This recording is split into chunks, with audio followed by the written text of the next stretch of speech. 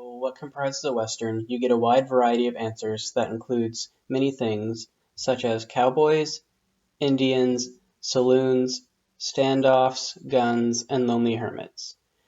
The textbook describes a typical setting of a Western as the 1880s to 1890s, the Reconstruction period after the Civil War. But a film that includes all of these things would just be a cluster of tropes, but not in the case of Little Big Man, a film directed by Arthur Penn in 1970. The film was meant to be a satirical film based on the westerns of the time. Penn stated in an interview that he was trying to go against the typical beginning, middle, and end formula that occurs in films, but instead tried to make the actions more thematic instead of dramatic. Throughout the film, the main character, Jack Crabb, goes through phases of his life. In one phase, he was adopted by the Cheyenne human being tribe of Native Americans and becomes one of them. But from there, he enters into a religious phase until he catches his adopted mother having an affair. He then works with a snake oil salesman, one of the typical Western film jobs. He tries his hand at gunfighting as well, but quits whenever he realizes people would die. Later, he becomes a town drunk.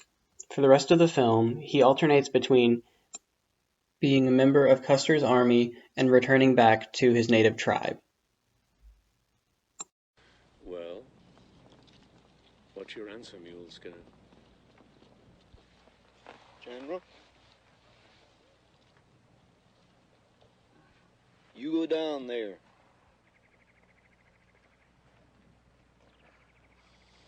You're advising me to go into the coulee.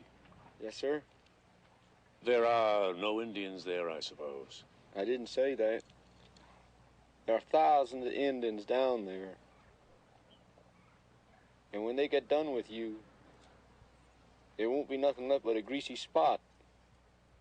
This ain't the Washita River, General. And them ain't helpless women and children waiting for you. The Cheyenne brave and Sioux. You go down there if you got the nerve. This scene led to the infamous Custer's Last Stand. However, this film was about more than just Western stereotypes. Coming out in 1970, the Vietnam War was still raging. According to an article on thehollywoodproject.com, the massacres that Crabb witnesses represent the massacres that the U.S. Army was committing on women and children in Vietnam. Penn was attempting to expose the magnitude of this action on the general public with these graphic scenes.